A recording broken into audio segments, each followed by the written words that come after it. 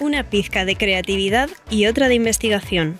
En Caldo de Cultivo hablamos sobre procesos creativos junto a artistas, científicos y otros creadores que hacen cultura a fuego lento. Sumérgete en estas conversaciones que celebran las dudas, las epifanías y los espacios invisibles de la cultura. Conduce Joaquín Jiménez Salvador.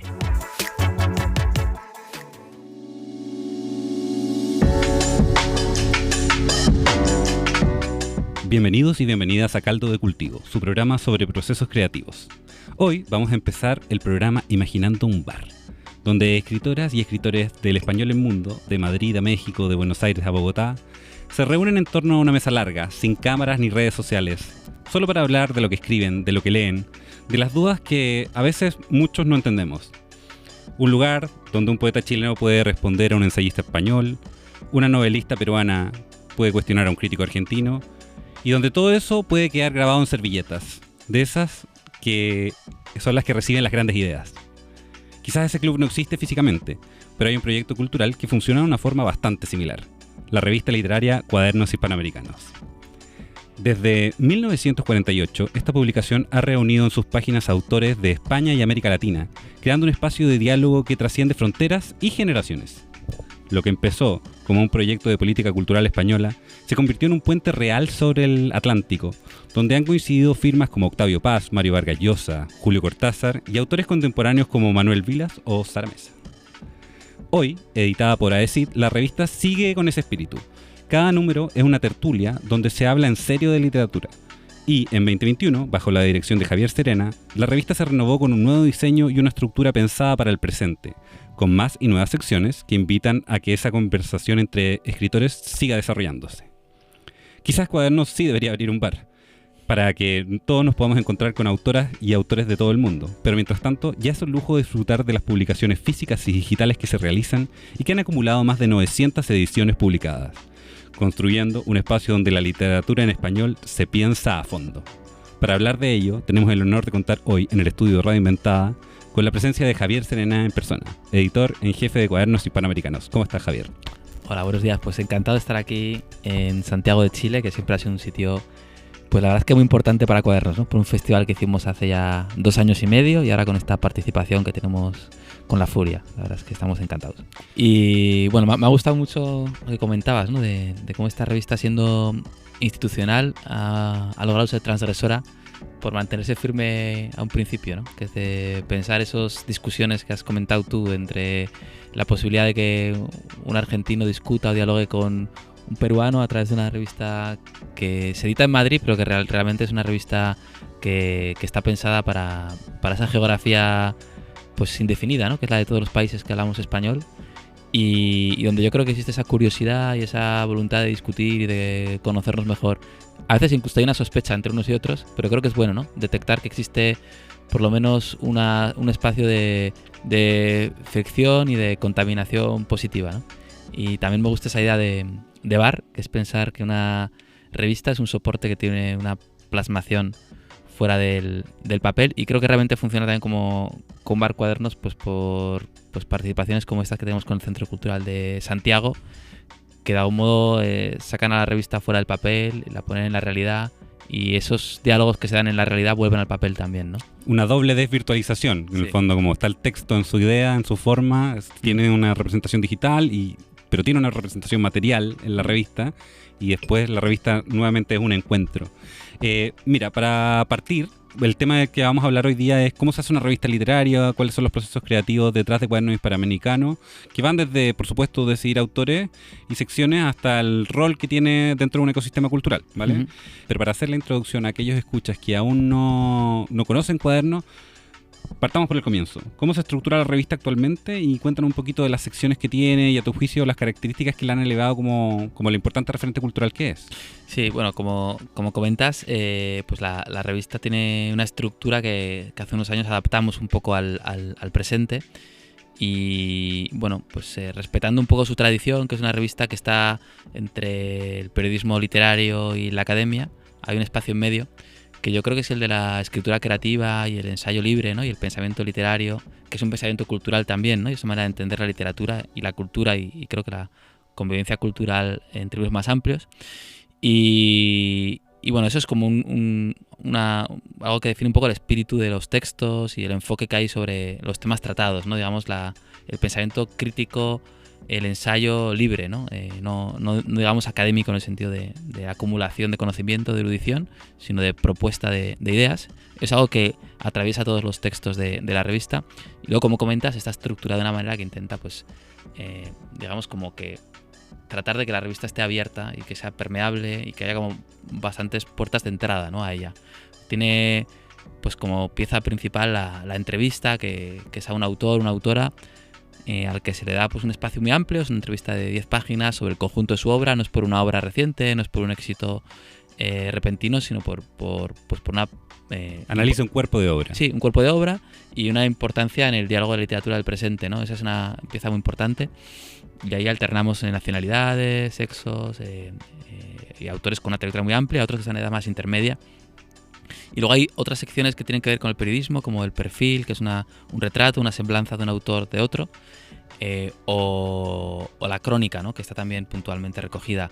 Otras secciones importantes son Segunda Vuelta, que es una sección que a mí me gusta mucho, que sirve para hablar de libros que en su momento pasaron desapercibidos, que merecen una segunda oportunidad. Tiene mucho que ver con el espíritu de la revista, que trata de oponer una resistencia al ritmo editorial y pensar un ritmo de lectura, que es un tiempo distinto, ¿no?, más sosegado.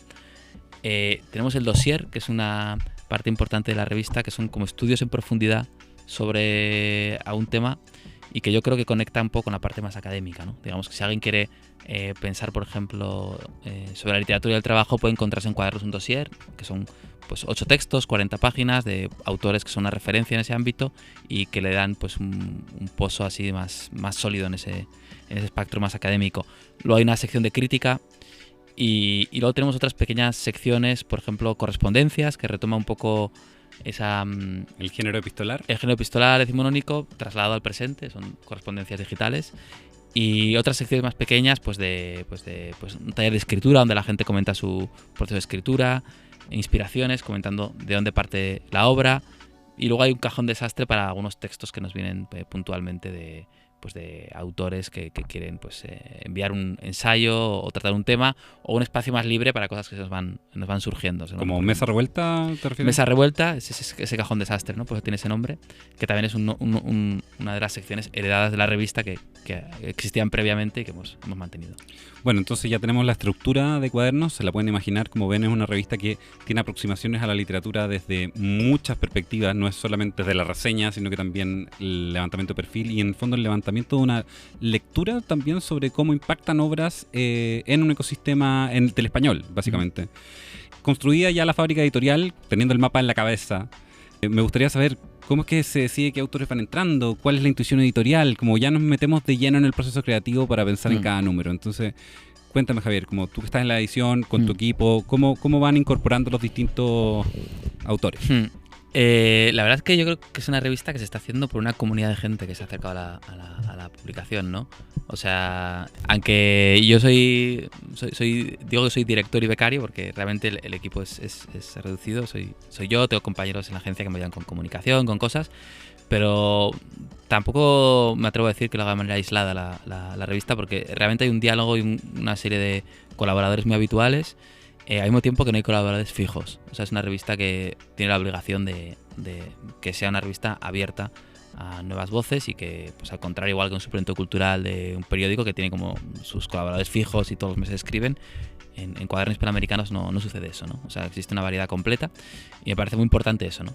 Hacer eso y hacer el esfuerzo siempre de, pues, invitar a autores de otros países, porque yo vivo en España y lo más sencillo sería acudir a la gente de España, ¿no? Yo estos viajes, por ejemplo, los aprovecho mucho para contactar gente, hablar con gente y, bueno, pues intuir quién puede aportar algo, ¿no? Y realmente, pues, el esfuerzo está en la variedad de colaboradores por su nacionalidad, por sexo, por edad. Comparten página autores de mucho prestigio, no sé, Sergio Ramírez, Premio Cervantes, Enrique Vilamatas, autores que todo el mundo conoce perfectamente, Alejandro Zambra, son referencias, con autores que han publicado un libro o están en una fase incipiente. Y bueno, creo que quizá para mí lo más satisfactorio de la revista ha sido ver cómo todos participan con la misma ilusión, pensando que es un espacio donde hay como una especie de libertad literaria, ¿no? Es una revista al margen de ritmo comercial, una revista independiente realmente, o sea, realmente independiente de todas las tensiones que hay comerciales, de medios de comunicación, y siendo institucional, pues me parece realmente pues que señala el valor de lo público, ¿no? De que haya esta posibilidad que comercialmente será difícil. Y atractivo que en el fondo sea efectivamente una dimensión comunitaria la que sostiene la revista, porque uno se imagina que una revista como con tanta tradición tendría estatutos mucho más estancos y al parecer en el fondo quizás lo que la mantiene viva es precisamente eso, lo que me estás comentando. Sí, o sea, lo que dices es así, ¿no? O sea, podría parecer que hay unos estatutos fijos, etcétera, que determinarán qué es. Yo creo que eso correría el riesgo de anquilosar la revista, ¿no? Y probablemente pues que perderá su espontaneidad. Entonces yo lo pienso como un espacio vivo por eso, porque creo que está viajando bien de un país a otro, se está nutriendo de voces en todas partes. Y también digo, ¿no? Que con pues, las posibilidades y las limitaciones que tiene lo público, ¿no? Tiene algunas ventajas, otros inconvenientes. Por ejemplo, es más difícil que tengamos las capacidades de difusión que puede tener un medio privado, pues, por diferentes razones, ¿no? Medios personales, pues, en fin, nuestra manera de movernos en redes sociales es distinta. Pero yo me doy cuenta que el público no hemos tenido que inventárnoslo, existe, ¿no? O sea, existe un público de lectores, de editores, de críticos, de lectores que van a la revista, la buscan en su versión online, si no la encuentran en papel. Y bueno, creo que esa comunidad es una comunidad creciente y es un diálogo vivo, ¿no? Y lo importante de una revista es que institucional, que tiene ese riesgo tremendo de quedarse algo como anquilosado, algo fósil, una especie de peaje consigo misma que puede tener con su tradición, que a ver quién se atreve como a vulnerarlo, tenga lo contrario, ¿no? Ha conseguido tener vida. Y eso es por la generosidad de la gente, ¿no? Que se ha acercado a la revista, ¿sí? Y bueno, nutrido de esta como gran capa de colaboradores, ¿cuál es el proceso orgánico, estructural para poder montar un número? ¿Como empiezas a hacer un llamado? Sí. Realmente yo me doy cuenta que vivo como con una realidad temporal muy extraña, ¿no? Porque estoy trabajando en los números que salen dentro de 6 meses, ¿no? Entonces yo, claro, me preguntas qué acaba de salir publicado en Cuadernos y muchas veces tengo que detenerme a darme cuenta qué es, porque son textos que he hablado, he pedido y he trabajado durante 4 o 5 meses y en cierto momento pues ya la imprenta como que lo plasma en el papel, pero son textos como trabajados con mucha anticipación, ¿no? Porque como decía, no es una revista periodística, son textos de más fondo, de más trabajo creativo. Entonces creo que la anticipación es importante, ¿no? Funciona como una editorial, ¿no? Con una anticipación previa. Y bueno, trato de concebir números a veces variando pues, entre los temas muy literarios y otros que tengan una apertura mayor, ¿no? Por ejemplo, aquí hemos venido a Santiago de Chile a hacer un número especial, se llama Arqueologías Futuras, que es un dossier de crónicas de la ciudad de Santiago, ¿no? Escriben escritores creativos, autores, por ejemplo, los chilenos son conocidos por todos, Diego Zúñiga, Nona Fernández, Alejandra Costamaña, Alejandro Bisama. Muchos amigos a quienes le mandamos un cariñoso saludo. Sí, grandes escritores y escritoras todos. Y otros que hemos invitado, ¿no? Artes del Centro Cultural, Romina Paula, Hernán Ronsino, Santiago Willis y Elvira Navarro. Y desde el proceso creativo van a hablar de la ciudad, que entiendo que es algo que puede abrir un poco el espectro a un ámbito que no sea el de la discusión literaria, que me parece importante que existe, que permanezca en un proyecto tan específico como Cuadernos, pero también pues crear ventanas, ¿no? Puntuales en algunos números para que la gente pues se acerque, ¿no? Combinar un poco esas cosas. Qué bonito pensar que Cuadernos además tiene una realidad atemporal, que has aprendido como del ritmo, de qué tan distinto lo vas sintiendo también. Y quiero extrapolar esta pregunta también a cuál crees que es el rol de una revista en un ecosistema de medios que es tan inmediatista en general. Bueno, lo que dices me parece como muy relevante, ¿no? De lo que es Cuadernos, ¿no? Y es acercarnos al ritmo real de la literatura, ¿no? Que es una discusión, en fin, el presente es más amplio y es más sosegado y creo que Cuadernos está pues localizando ese ritmo de lectura y de pensamiento y de diálogo que tiene que de algún modo desmarcarse, ¿no? De la inmediatez, ¿no? Que es una urgencia de mercado realmente, ¿no? O sea, la urgencia de la inmediatez es una urgencia que no es la urgencia que tenemos nosotros, de la que de algún modo estamos muy afectados y muy contaminados, ¿no? Hay que leer esto ahora, hay que pensar esto ahora, ¿no? Y yo me doy cuenta que, pues decías tú, que desde el número 855 hasta ahora me he dado cuenta que todo ese tiempo es el mismo presente. No ha habido como un cambio de ritmo de pensamiento ni discusión, ¿no? Es el mismo espacio de tiempo Y entonces pues creo que desmarcarte un poco del ritmo de los periódicos, que yo entiendo que lo tengan por otras presiones, otras necesidades, Y por otras funciones, y en el Sí. fondo... No es una, en fin, no es una crítica a su trabajo, pero es una manera de algún modo de dar personalidad al nuestro. Y me parece muy necesario, ¿no? Que en este momento de hiper estímulos encontremos un poco el sosiego, que yo creo que se agradece, ¿no? Que haya como esa discusión sosegada a mí me relaja. Yo me doy cuenta que un día, pues, como todo, uno estará en otro lugar, pero me relaja saber que haya lugares donde se esté pensando con más lentitud. Sin duda, y creo que en el fondo vuelve a la revista un poco un santuario para la literatura. Sí. Es decir, como que bien que existan los booktubers, ¿me entendéis? Pero creo que tiene que poder pensarse con tiempo. Y justo eso me gustaría preguntarte, como la revista como Puente Atlántico, que comprendido como este santuario, ¿ya? Sí. ¿Qué clases de discusiones crees que se están dando ahí que no se estén dando en otros espacios de literatura? Para mí, por ejemplo, Segunda Vuelta es un ejemplo clarísimo. Revisar una obra que no tuvo su visibilidad en su momento significa no solamente frenar, sino que incluso mirar el pasado para poder proyectarse. Entonces, Sí. como que, ¿qué tipo de discusiones crees que está aportando que son únicas de Cuaderno? Bueno, lo que dices tú de la cuestión transatlántica, llamémosla, ¿no? Que a mí me parece como fundamental, como misión fundamental de esta revista, y que yo creo que es la misión de la literatura en español. Yo creo que la comunidad que hay en torno a la literatura en español es algo, o sea, muy, muy valioso, de lo que yo me siento muy afortunado de participar, ¿no? Me parece un poco estrecho pensar las literaturas con esa cuestión provincial de la literatura chilena, mexicana, española, colombiana, ¿no? Casi es un poco ridículo cuando te asomas la cabeza y te das cuenta que en tu país hay gente que piensa que tiene una enorme relevancia lo que ha sucedido en ese lugar, y dices, bueno, realmente tu espacio de discusión y de diálogo literario es el español. Es inevitablemente, hay una curiosidad y un intercambio continuo.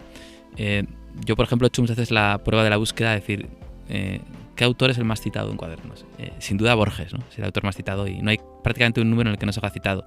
Es un autor argentino que todos los lectores en español reconocen como un autor de una influencia muy relevante. Esa relevancia que tiene Borges en la literatura en español, teniéndola en muchas otras lenguas, no la tiene de manera igual para el mundo anglosajón, ni para el francoparlante, etcétera. Bueno, es una prueba de que ese autor, que es una referencia muy, muy indiscutible, ¿no? Para los lectores escritos en español, todos la asumimos como propia. Y bueno, pues guiados por eso, creo que hay que romper, ¿no? Esas fronteras nacionales y pensar pues en una geografía que yo creo que no hay que ponerle nombre, ni ponerle fronteras, ni creo que tenga que haber una voluntad política, ¿no? de modo de fijar la literatura en español, pero más bien contribuir, en vez de ordenarla, a desordenarla, ¿no? A que haya como una especie de circulación y de contaminación, porque las literaturas que no son canónicas, como pueden ser la anglosajona o la francesa, ¿no? Que tiene un mercado muy poderoso que es capaz de controlar todo lo que sucede en el espacio de su lengua, tiene la virtud que tiene la literatura en español de tener más variedad, más posibilidad de sorpresa, más posibilidad de innovación, ¿no? Y por eso decía que pertenecer a la comunidad de los hablantes de español tiene esa ventaja, ¿no? Que hay una posibilidad de comunicación, porque hay una comunidad cultural, y al mismo tiempo tiene la ventaja también de que es un espacio desordenado. No hay un orden, no hay una capacidad de control sobre eso, y es un espacio más creativo por eso. Claro, entonces se convierte el español como un espacio de libertad para la expresión creativa de los pueblos. Sí. Qué bueno que se proyecte una sensación de comunidad también global, como sin frontera. Uno piensa que estamos hiperconectados a través del internet, por ejemplo, cuando en realidad estamos conectados por una cosa mucho más primitiva, más primigenia, y también quizás más importante, que es el lenguaje. Sí, totalmente.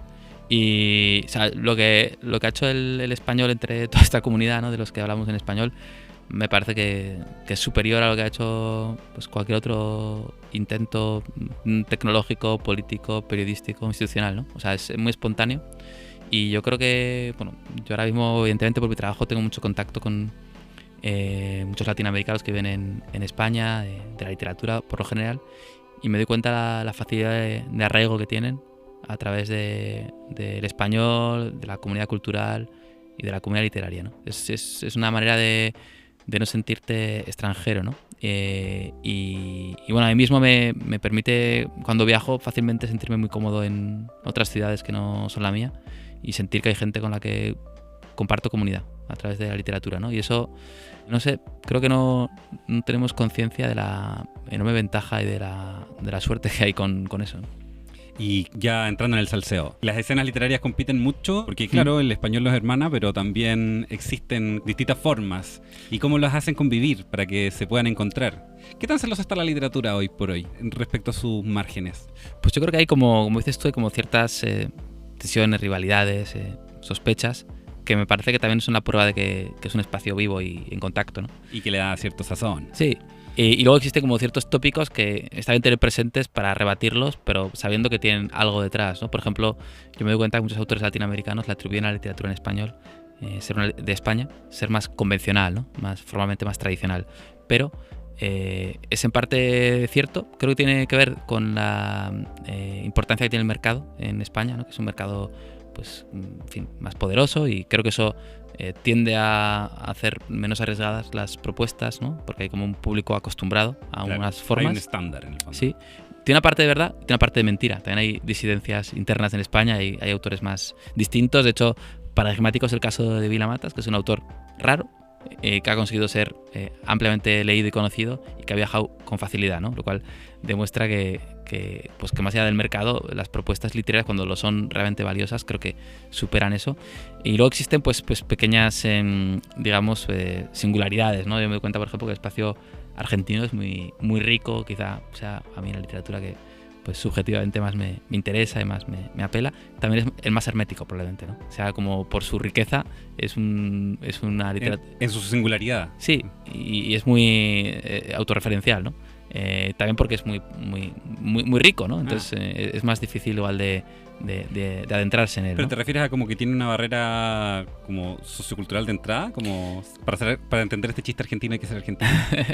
Bueno, en parte eso, y en parte también yo creo que tienen como una cantidad de referencias estimulantes suficientes que quizá pues, haga que no, así como otros países más pequeños estén como más pendientes, ¿no? De lo que sucede en otros lugares. Ahí como que tienen como una especie de problemática interna, literaria y cultural y política suficiente para quedarse discutiendo entre ellos, ¿no?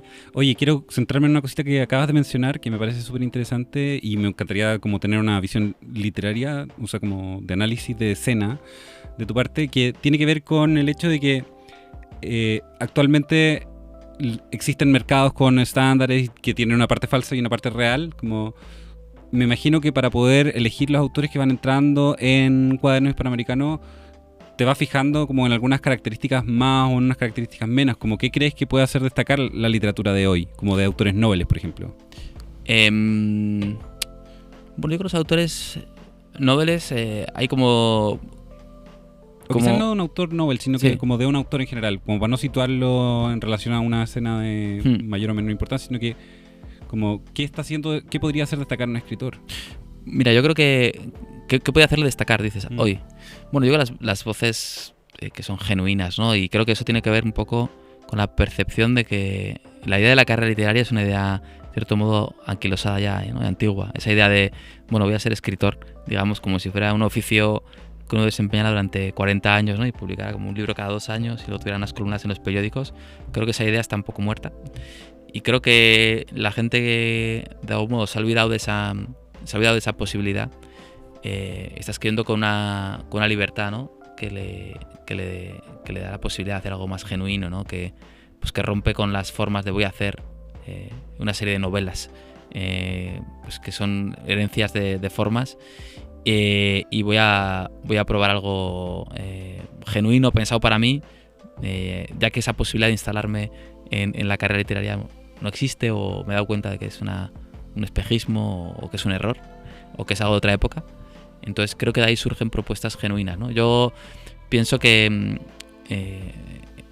qué lo que hace que un autor me atraiga hoy, un autor nuevo, creo que siempre es algo, la aportación genuina, ¿no? Suele ser la insistencia en un error, ¿no? En eso que cuenta Alan Pauls en su libro de Fallar otra vez, ¿no? Cuando contaba que autores como Kafka o Proust, su valor viene por insistir en un error. En el caso de Kafka, exagera el aburrimiento para hacer algo divertido, intrigante intelectualmente. En el caso de Proust, tiene unas formas sintácticas casi imposibles, ¿no? Frases de dos páginas que en un taller de escritura a los dos les dirían que está mal hecho. Y creo que insistir en su error es lo que hace que tenga una aportación. Y eso tiene que ver con gente que no está pensando en instalarse en una carrera literaria, sino con gente que está pensando en una escritura genuina para sí misma, ¿no? Y bueno, a propósito, me imagino que muchos te llegarán con textos como quiero pasarme al otro lado. Ya, estamos en la parte de las cosas que podrían despertar interés, pero ¿cómo es el proceso de rechazar un texto? Porque eso también debe ocurrir. Y creo que también ahí hay que tomar una decisión creativa bien dura, porque evidentemente si encargaste, como que hay expectativas, Cuadernos es una gran vitrina a la que la gente quiere ir. Entonces... Sí. Bueno, eso es personalmente lo más difícil, complejo y incómodo, ¿no? Porque te encuentras con gente que ha escrito textos esmerados y dices, bueno, pues esto no funciona en la revista, ¿no? Y tienes que transmitírselo al autor, a la autora y establecer un diálogo. Y a veces son textos que se mejoran y salen editados, y a veces son textos que se les propone rehacer desde el principio y resulta, ¿no? Me recuerdo una cosa que es graciosa, la puedo contar en público, que no pasa nada. Bien, me gusta el salseo. Porque es amiga. Cynthia Rinsky mandó un texto para un dossier y me pareció que no funcionaba. Entonces se lo dije, ¿no? Y es una autora pues con mucha trayectoria y tal. Y tuvimos ahí una negociación y al final aceptó escribirlo de nuevo. Y yo creo que con cierta, al principio, tirantez. Luego nos tomamos un café y estamos en contacto, tenemos confianza y bueno, me parece una estupenda escritora. Pero coincidió que mi rechazo fue como una semana antes de que ganara el premio Herralde, ¿no? Entonces ya ahí dije, me voy a cubrir de gloria, ¿no? Como editor. Le rechazo un texto a esta autora y a la semana le dan el premio Herralde. Pero no sé, lo hablamos. Y no es que fuera un mal texto el de Cynthia Rinsky, sino era un texto que no se adecuaba al dossier donde iba a participar su texto, ¿no? Claro, sí, un conjunto, un ecosistema, claro. ¿no? Como los textos... existe la intertextualidad, literalmente. Entonces, pues bueno, creo que lo entendió finalmente. Es como, bueno, tu texto está muy bien, pero no es lo que estamos esperando. Entonces hay que hacer un diálogo, una negociación. Y bueno, a veces no es fácil, pero bueno, en este caso pues ella fue muy, muy razonable. Pero es verdad que hay que, en fin, preservar un poco el valor de lo que se publica, ¿no? Creo que eso es algo que los lectores a uno como editor le están pidiendo. Oye, Javier, ya nos estamos acercando al final del programa, pero me gustaría que hiciéramos una ucronía y que pensáramos en que te toca escribir la editorial número 1000. Ya estamos en 900, no te queda tanto, considerando que Cuaderno tiene bastante periodicidad. Cuéntame un poquito hacia dónde crees que tienen que ir las voces de las revistas literarias que acompañan este ecosistema de la literatura. ¿Hacia dónde van? Pues yo creo que lo que tienen que ir es lo que pues bueno, uno va pensando, ¿no? Todos estos años y leyendo y hablando. Bueno, decía... Precisamente Vilamatas decía, cuando le decían la novela está muerta o ya está acabada, ¿no? Este invento decimonónico, él decía, no, está en los primeros balbuceos, ¿no? Y yo creo que esa idea que dio, pues da cuenta de cómo hay que concebir la literatura, ¿no? De que es inagotable la posibilidad que tiene de renovarse, ¿no? Entonces creo que tiene que ir siempre hacia, pues, recoger la tradición, conocerla, respetarla y siempre estar rompiendo con ella, ¿no? Algo parecido decía también Zambra cuando decían, es que en literatura pasa como con el humor, ¿no? Un chiste cuando te lo cuentan 2 veces no te gusta, y cuando te lo cuentan 3 pues ya te puede molestar. Entonces creo que esa es la noción que tenemos que tener sobre literatura, ¿no? De que sea algo que esté en continua transformación, que esté lejos del canon, que esté lejos de lo museístico y que esté como de algún modo buscando siempre aire nuevo para revitalizarse, ¿no? Y para cobrar nueva vida, ¿no? Yo creo que la literatura funciona así. Me parece como una disciplina que siempre tiene que estar muy apegada también a la vida, ¿no? Y no hablo de un tipo de literatura autorreferencial ni nada por el estilo, pero una literatura que esté apegada a la expresión de la vida y por tanto de formas pues propias, genuinas, nuevas. En fin, yo creo que ahora que hay tanta discusión sobre la inteligencia artificial, las posibilidades de las máquinas, yo decía que hay un límite para la imitación de la escritura de las máquinas respecto a la del hombre, y es que la máquina nunca va a poder tener un error auténtico, genuino, ¿no? Y nosotros somos capaces de equivocarnos, y equivocarnos es de algún modo dejar de lado lo que nos han querido enseñar y buscar una grieta. En el fondo sería una editorial invitando a la expansión sin miedo al error. Claro, sí. Por ahí. Sí. Bueno, Javier, te agradezco muchísimo que nos hayas abierto no las puertas, sino que las páginas de Cuadernos Hispanoamericanos. Ha sido una muy grata conversación. Les recuerdo a todos los oyentes que la revista se puede leer digitalmente y también se pueden suscribir. El Centro Cultural de España publica todos los números mensualmente, pero además están todas las secciones disponibles y es realmente un lujo de vitrina para todas las letras en español. Así que no se lo pierdan.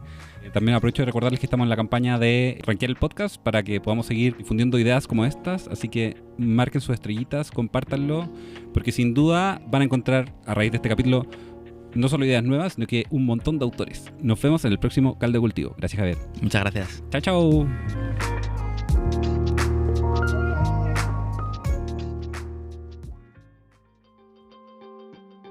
Esta producción sonora fue realizada en los estudios de Radio Inventada del Centro Cultural de España en Santiago. Las opiniones vertidas en este programa son de exclusiva responsabilidad de quienes las emiten y no representan necesariamente el pensamiento de Radio Inventada o el Centro Cultural de España en Santiago. Editor general de Radio Inventada, Joaquín Jiménez Salvador. Postproductor, Fabián Flores Corbalán. Todos los derechos reservados.